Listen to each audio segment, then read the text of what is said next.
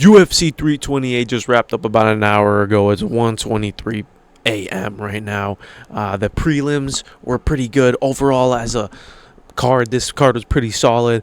I was pretty anticipated for this fight this fight card in total because all the fights were memorable. We're gonna talk about my predictions because I went 4 for 5 on this card. I'm just gonna start with the first fight.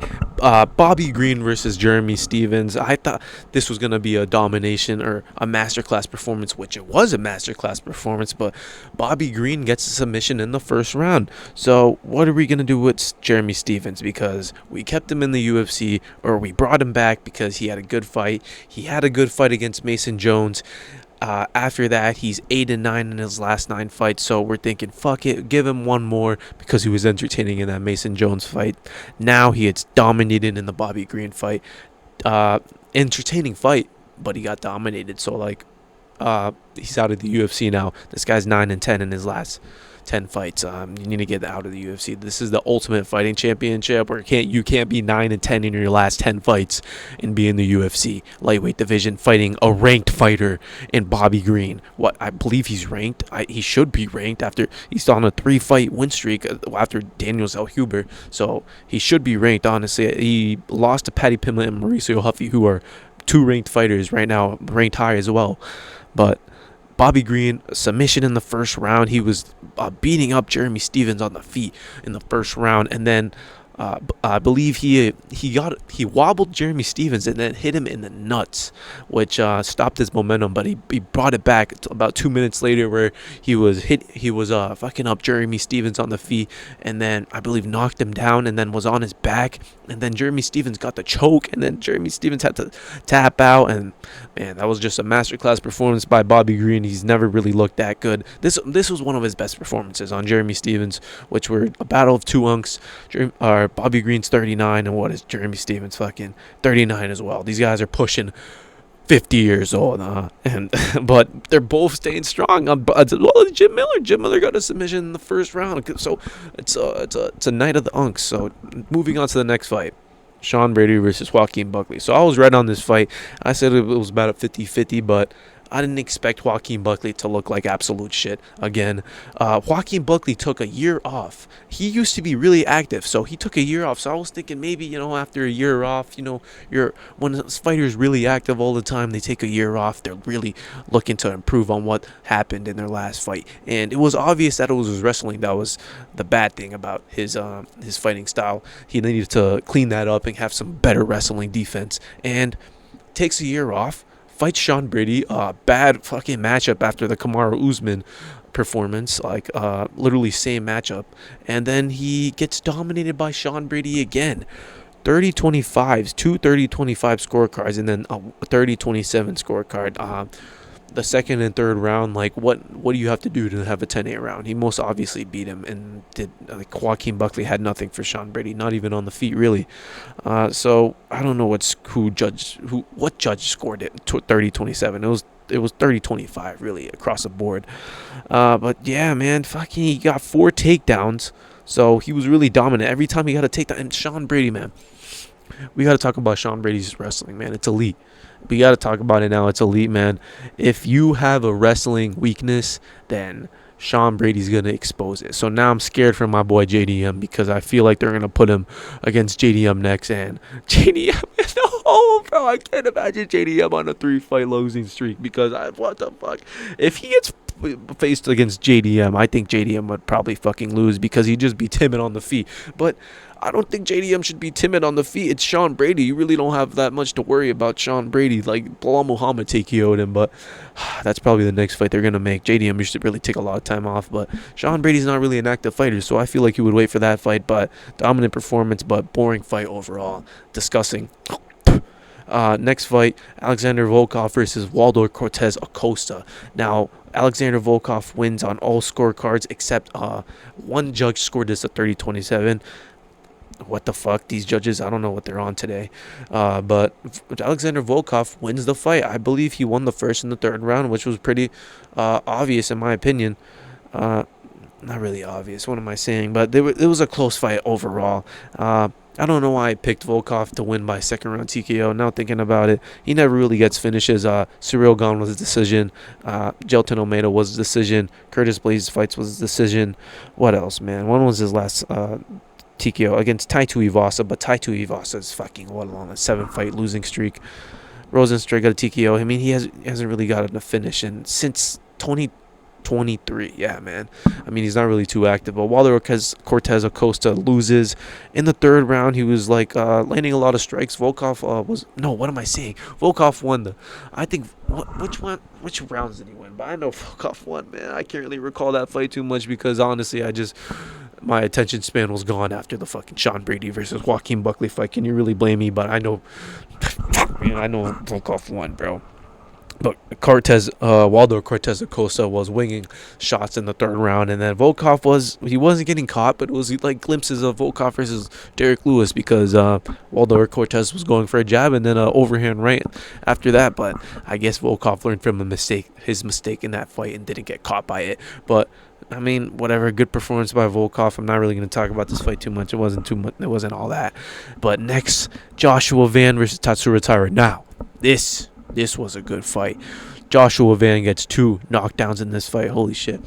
In the first round, Tatsuro Taira takes down Joshua Van, and I'm thinking, wow, he actually takes down Joshua Van, and throughout really the whole fight, he was getting taken down, which I'm kind of worried about a matchup against Pantoja, but he's really good on the feet, especially against people his own size. I don't know, man. This was a beautiful performance. This was a beautiful performance by Tatsuro Taira on the feet, by Joshua Van on the feet. But Tatsuro Taira is dog shit on the feet for a flyweight, which flyweights really are skilled, and I got to give credit to flyweight fights, man. The title fights are always pretty entertaining. They're always technical and entertaining, no matter what. This was a 5th round TKO fight. 5 rounds of action, which was pretty nice. But the first round, Tatsuro Taira takes down Joshua Van, and then Joshua Van gets back up. So that was good to see by Joshua Van. He got back up every single time he got taken down. And then after that, Joshua Van started to take over. And in the second round, he was putting a jab and just putting straight strikes on Tatsuro Taira, and Tatsuro Taira just could not get a takedown. But in the third round, he was getting absolutely battered. He was getting knocked down. I believe in the second round, he got knocked down bad at the end of the second round, and he almost got finished. And then in the third round, Joshua Van just picked up where he left off at the end of the second round and was hitting him with the jabs and straights for the whole of the third round. And then he was just getting fucked up. They almost stopped the fight. And then Tatsuro Taira ends up on... No, I believe that was in the 4th round. I believe this is the 4th round. Yeah, I believe this is the 4th round where Tatsuro Taira ends up on top at the end of the round. And then in the 5th round, Joshua Van just masterclass on the feet. Tatsuro Taira didn't really have shit for him. He couldn't take him down. Tatsuro Taira was also like not having as much energy as he did in the first round. Obviously, after 5 rounds, as he's only done this twice in his career now. And yeah, after having a grappling heavy game plan, this guy shot 21 takedowns, guys. 21 takedowns. That's just not easy. He got 8 of them, but Joshua Van kept getting up. He has 10 minutes of control time, but I believe, what was that? At the end of the 4th round, and then low-key in the 3rd round as well, he would have control time on Joshua Van, but he wouldn't do shit on it. I believe it was the 3rd round that he had a lot of control time, and then Joshua Van got back up, and I still think he won that round based off damage, because anytime Tatsuro Taira was on top of Joshua Van, he didn't do anything. He was just controlling him, and Joshua Van was good with his butterfly guard, always getting the knees on top, always getting the knees on the hips of Tatsuro Taira to get back up. And beautiful performance, honestly, by Joshua Van. Gets the 5th round TKO, fucking up Tatsuro Taira, and there was 1 minute and 32 seconds left, I believe. This is what it says. I think there was a short time amount left, and honestly, let them fight on, bro. After 5 rounds, just let Tatsuro Taira fight on. He's young. It's not like he's a fucking old fighter. I know he was getting fucked up, but he wanted to stay in there. He immediately protested after the fight as well. So I think you should have just let them keep fighting. Honestly, I don't know why he stopped it like that.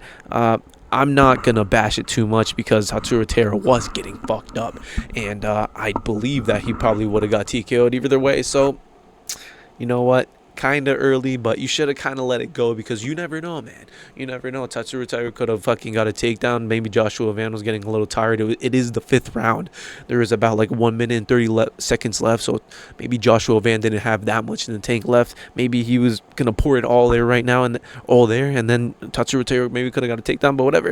It would have been a decision either way, and Joshua Van would have won. So whatever. I guess this looks good for Joshua Van, so I can't complain. Main event though, Sean Strickland versus Khamzat Chimaev. I just recorded the video of Khamzat Chimaev versus Sean Strickland, my reaction, and this is beautiful, guys. This is honestly beautiful. Man,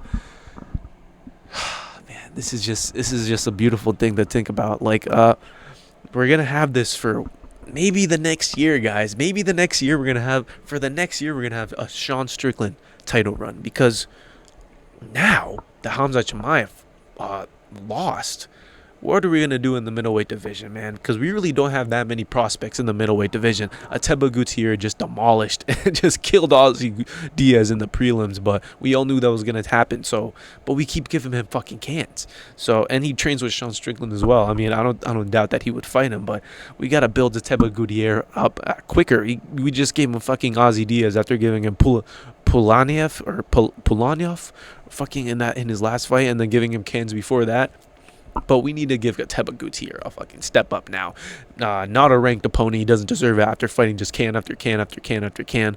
But maybe just a step up, maybe a little bit outside the ranking. And then if he beats him, definitely a step up, maybe like a number 12 in the ranked division. But we're talking about Sean Strickland here.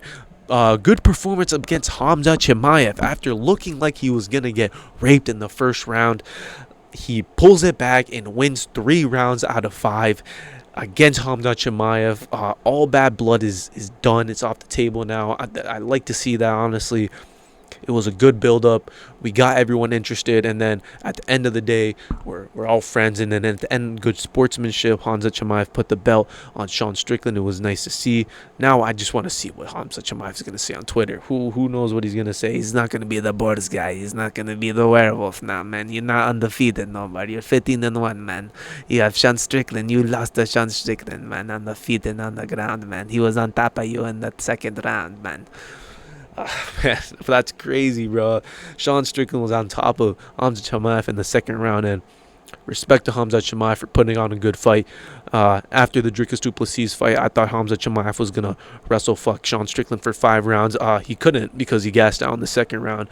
I bet he would have, though. If he could, I bet he would, guys. For really being for real, he gassed out the 2nd round. He cut 47 pounds, guys. 47 fucking pounds. So obviously he's gonna gas out, but good for him for getting, I guess, a 2nd wind and then finishing off the fight. In the 5th round, he was slowing down at the end, but he went the full 5 rounds after looking depleted in the 2nd, after pulling guard and just looking, I don't know, man. That shit made my heart drop when he pulled guard and just went on his back, because, oh my God, it was the 2nd round. I thought it was done after that.